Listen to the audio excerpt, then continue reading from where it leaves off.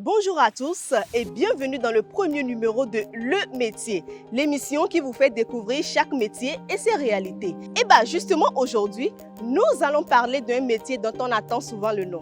Il n'est pas connu, ou du moins connu de manière très superficielle. Il s'agit bien sûr de la gestion des ressources humaines. Pour la plupart, c'est un job qui est associé à l'embauche, c'est-à-dire au licenciement, au recrutement ou au papier. Mais est-ce vraiment tout? Restez avec nous pour découvrir ensemble ce qui se cache derrière ce titre très mystérieux.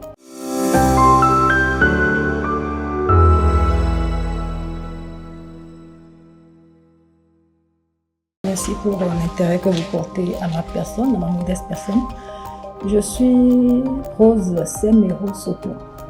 Je suis gestionnaire ressources humaines de formation et de profession. Donc, je cumule 23 années d'expérience dans le domaine et j'ai souvent la fierté de dire que j'ai eu le privilège d'avoir exercé dans différents secteurs d'activité et d'avoir touché aussi pratiquement toutes les fonctions du métier RH. Aujourd'hui, je suis chef département ressources humaines dans une filiale banque d'un groupe sous-régional. J'ai été portée récemment, très récemment d'ailleurs, à la tête de l'association togolaise des gestionnaires de ressources humaines, ATGRH, avec le nouveau bureau exécutif. Alors, aujourd'hui, un directeur des ressources humaines, c'est un partenaire qui accompagne la mise en œuvre de la vision globale de l'entreprise par le management du capital humain. Et quand on dit capital humain, ou bien quand on dit capital, c'est des ressources. Et les ressources, il faut les optimiser. La mission d'un directeur ressources humaines en entreprise aujourd'hui, c'est de mettre en place une stratégie RH qui contribue à l'atteinte des objectifs généraux de l'entreprise. Alors, il s'agit d'une vision à moyen ou long terme qui permet de définir les besoins réels en termes d'hommes, de compétences et surtout en termes d'orientation stratégique à suivre pour permettre une meilleure rentabilité du capital humain. Pour résumer, c'est la mission du DRH en entreprise aujourd'hui, c'est de veiller à avoir l'homme qu'il faut, à la place qu'il faut et surtout au bon moment. Donc, cette mission principale se décline en objectifs spécifiques comme la dotation ou recrutement d'un personnel qualifié, le suivi et la gestion des carrières, la formation et les relations sociales. Pour moi, je ne pense pas qu'il y ait une formation qui soit là et de laquelle on sorte pour devenir directeur. Il y a des étapes et surtout en matière de ressources humaines, il y a la pratique qui pèse beaucoup dans la balance parce qu'il y a la pratique et qui confère l'expérience du terrain. En matière de gestion des ressources humaines, le terrain guide beaucoup. Il y a les textes, mais au-delà des textes, il faut arriver à appliquer ces textes-là au cas réel. Donc, parler de quelle profession, quelle formation faut-il faire pour arriver au métier ou bien la profession de DRH, c'est vrai. Il y a aujourd'hui le master, il y a le MBA, il y a les DRSS. Mais moi, je dis, au-delà de tout ça, il faut se former, il faut avoir la pratique et pour être à la hauteur de la mission.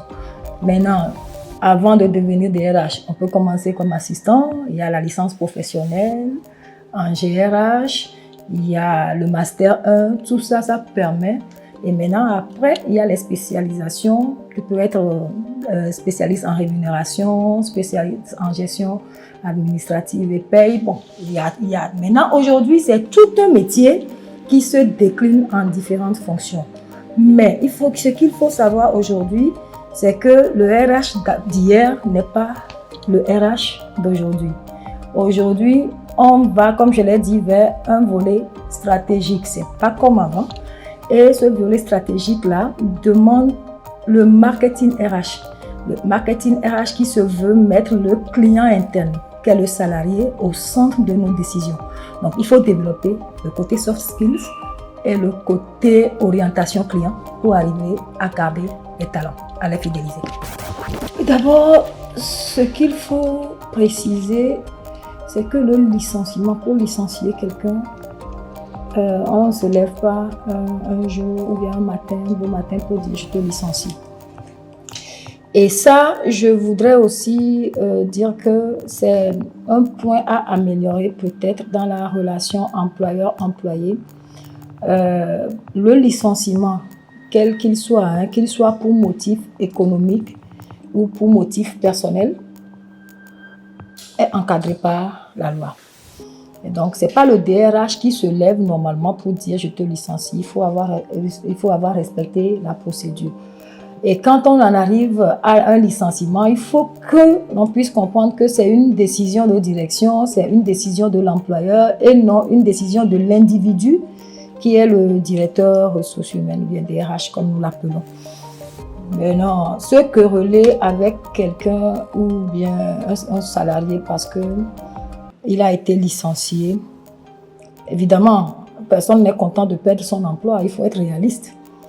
Tu n'es pas content quand on t'annonce que tu es licencié.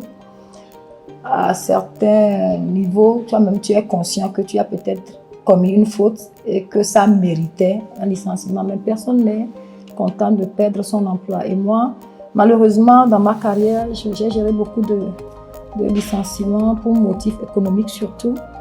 Et je ne peux pas vous dire combien il est difficile, dans sa position de DRH, de devoir garder le secret sur les noms, les personnes qui vont partir, alors que vous côtoyez ces gens-là tous les matins, vous lui dites bonjour, vous partagez le petit gâteau, et qu'au bout du rouleau, tu sois obligé de lui tendre sa lettre de licenciement. Ce n'est pas aisé, on ne dort pratiquement pas, on ne le comprend pas, mais celui qui se trouve de l'autre côté ne le perçoit pas. Il se dit, bon, tu ne l'as pas défendu. Et comme j'ai dit, malheureusement, c'est des orientations stratégiques qui nous y obligent des fois. Ce n'est pas de gaieté de cœur, sauf qu'il faut avancer malheureusement dans certaines conditions. Donc, ce que relais, c'est pas ça, mais les gens gardent toujours une dent contre toi, comme je l'ai dit. Moi-même, quand on me dit je te retire ton emploi, je ne serai pas contente. Voilà, merci. Oui, ça m'est déjà arrivé. L'exemple qui me vient là, c'est que, et malheureusement, c'était dans des circonstances où dans cette entreprise-là, on ne dit rien aux collaborateurs. Vous travaillez jusqu'à midi, vous déjeunez ensemble et c'est peut-être à 15h que je vous tends votre lettre de licenciement et encore avec effet immédiat, c'est-à-dire on paye les préavis, on donne même une prime de bonne séparation, on donnait tout pour que le salarié n'aille pas peut-être contre nous. Mais c'est que la décision est tellement brusque. C'est-à-dire vous remettez la lettre de licenciement et le lendemain, le monsieur ne fait plus partie du personnel. Quelqu'un qui jusqu'à midi et demi, jusqu'à 14h était encore membre du personnel, on lui dit demain matin vous n'êtes plus là. Donc un jour, j'avais remis une lettre à un collaborateur comme ça. Et le premier, il m'a dit, je viens de lui remettre une lettre qu'il envoie sous les pneus d'un véhicule en entrant. C'est pour dire, il n'est pas dans son état d'esprit pour entrer.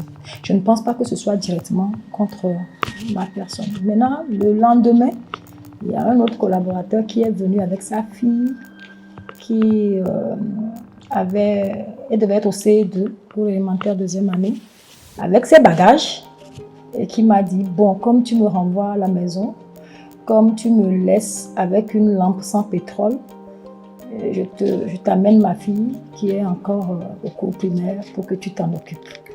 Et voilà, c'est tout pour aujourd'hui. Nous disons un grand merci à Madame Rose Seméo, présidente de l'Association togolaise des gestionnaires des ressources humaines, d'avoir pris le temps de partager son expérience avec nous. Nous espérons que cette émission vous a permis d'être bien édifié sur le métier de RH. À très bientôt pour un nouveau numéro de Le Métier.